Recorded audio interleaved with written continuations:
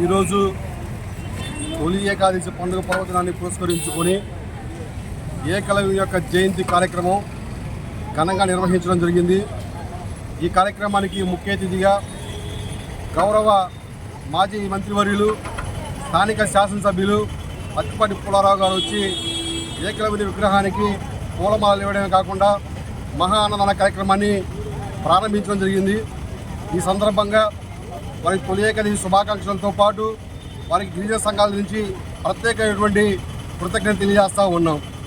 ఈరోజు ఏకలవ్యుడు అంటే మహాభారతంలో ఒక చరిత్ర ఉంది. అటువంటి చరిత్ర కలిగినటువంటి ఏకలవ్యుడి యొక్క జయంతి కార్యక్రమం గిరిజన సంఘాల ఆధ్వర్యంలో జరపడం చాలా సంతోషకరం. కాబట్టి ఆ రోజుల్లో ద్రోణాచార్యుని యొక్క ప్రతిమను బంకమట్టితో పూజించి విల్లువిద్యను నేర్చి ఆ రోజు గొప్ప ప్రావీణ్యం చెందారు. అటువంటి ఏకలవ్యుడిని గురుదక్షిణగా బొటనవేలు ఇవ్వమని చెప్పడము చాలా బాధాకరం. అటువంటి వ్యక్తి అడిగింది తడువుగా గురువు అయినటువంటి దురాచార్యుని బొటనవేలు ఇవ్వడం వల్ల ఆ రోజు అతను ఎంతో బాధపడడం జరిగింది. కాబట్టి గురువు అడిగింది గురుదక్షిణ అయినటువంటి బొటనవేలు ఇవ్వడం పట్ల ఆ రోజు ఏకలవ్యుడి చాలా బాధపడిన సందర్భాలు కూడా ఉన్నాయి.